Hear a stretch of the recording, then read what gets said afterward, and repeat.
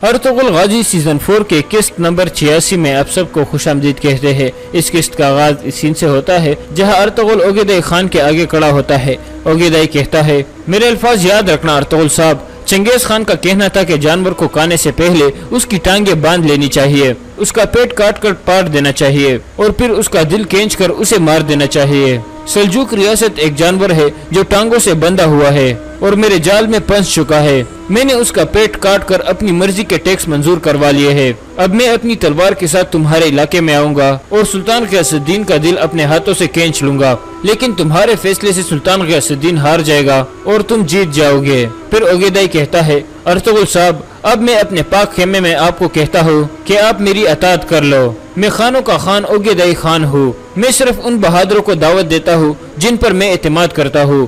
Ertugrul کہتا ہے، آپ کے الفاظ میرے جیسے ایک حاکم اعلیٰ کے لیے شرف کی بات ہے۔ میں آپ کو بتانا چاہتا ہوں کہ آپ کی پیشکش نے مجھے عزت بخشی ہے۔ یہ سن کر نویان کافی حیران ہوتا ہے۔ پھر ارطغرل کہتا ہے، میں دنیا کے سب سے بڑے خان کی اطاعت قبول کرتا ہوں۔ یہ سن کر اوگیدئی مسکرانے لگتا ہے جبکہ نویان حیران پریشان ہو جاتا ہے۔ پھر ارطغرل کہتا ہے، میں سلجوق ریاست کا حاکم اعلیٰ ہوں۔ بہت سے ترک قبیلے میری اطاعت میں ہے۔ میں جاننا چاہتا ہوں کہ آپ نے یہ پیشکش مجھے کیوں کی؟ اوگیدئی کہتا ہے، تمہارے سلطان کے ساتھ اس طرح کی بات کرنا وقت کا ضائع تھا۔ آپ جانتے ہو کہ مجھے کوئی بھی طاقت روک نہیں سکتی۔ ارطغرل پوچھتا ہے، عالم اسلام کے بارے میں آپ کا کیا خیال ہے؟ اوگیدئی کہتا ہے، عالم اسلام میرے لیے کوئی خطرہ نہیں ہے۔ جب تک اسلامی ریاستوں کے سلطان میرے تابع ہے اور مجھے ٹیکس ادا کرتے رہیں گے تب تک وہ آزادی سے اپنے مذہبی تعلیمات سر انجام دے سکتے ہیں۔ میں جانتا ہوں کہ آپ کا ایمان کتنا مضبوط ہے۔ اسلام سے میری کوئی دشمنی نہیں ہے، اس کے برعکس میں اس کی عزت کرتا ہوں، لیکن سلطان غیاث الدین طاقت کی ہوس کی وجہ سے باز نہیں آ رہا۔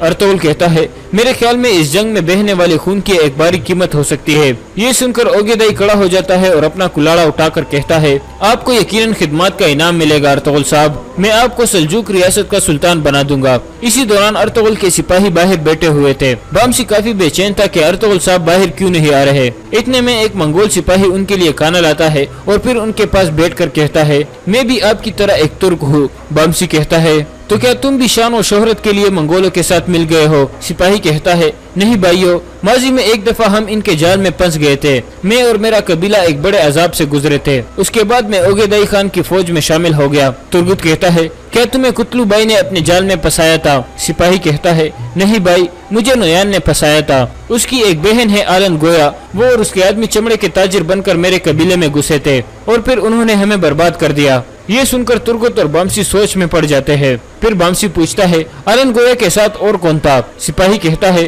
اس کے ساتھ اس کا کوئی رشتہ دار تھا، وہ بہت اچھا شکاری تھا، اس کے ساتھ کچھ اور آدمی بھی تھے۔ یہ سن کر ترگت سمجھ جاتا ہے اور کہتا ہے، چمڑے کی تاجر اور اس کا رشتہ دار ایک اچھا شکاری۔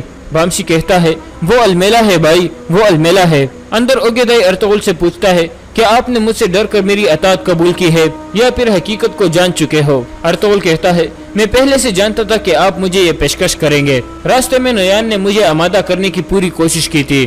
اس کی کوششیں رنگ لائی ہے اور میرا فیصلہ آخری ہے۔ میں آپ کے حکم پر چلنا چاہتا ہوں۔ میں اس کام کی شروعات امن معاہدے کو فوراً سلطان کی طرف بیچ کر کرنا چاہتا ہوں تاکہ سلطان کی نظر میں میرا اعتبار اور بھی بڑھ جائے۔ اوگیدئی کہتا ہے، صحیح سوچا آپ نے۔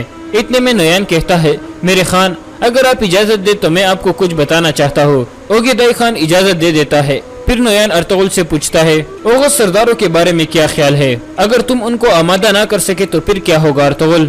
ارطغرل کہتا ہے، تو پھر خانوں کے خان اوگیدئی خان کے لیے خون بہایا جائے گا۔ میری صرف ایک کی خواہش ہے کہ مسلمانوں اور غیر مسلموں کو کوئی نقصان نہیں پہنچے۔ اوگیدئی کہتا ہے، آپ یقین رکھو ارطغرل صاحب، اگر وہ میری اطاعت کرے اور ٹیکس ادا کرتے رہے تو وہ محفوظ رہیں گے۔ باہر بامسی اور ترگت بہت پریشان تھے اور بے چین تھے کیونکہ انہیں المیلا کی اصلیت کا پتہ چل چکا تھا۔ پھر ترگت کہتا ہے، میں پریشان ہوں کہ قبیلے میں کیا ہو رہا ہوگا، اگر اس عورت نے کچھ برا کر دیا تو پھر کیا ہوگا؟ بامسی کہتا ہے، اس نے ابھی تک ہمارے غیر موجودگی کا فائدہ اٹھا لیا ہوگا بھائی، اور ہم یہاں کھڑے ہیں۔ ترگت کہتا ہے، ہم ارطغرل بھائی کا انتظار کیے بغیر کچھ بھی نہیں کر سکتے بھائی، تھوڑا صبر کرو۔ اندر اوگیدئی نویان سے پوچھتا ہے، کیا تم کچھ کہنا چاہتے ہو نویان؟ آخر تم اور ارطغرل مل کر سلجوق ریاست، نکایا اور قسطنطنیہ کو فتح کرنے والے ہو۔ نویان کہتا ہے، جی ہاں میرے خان،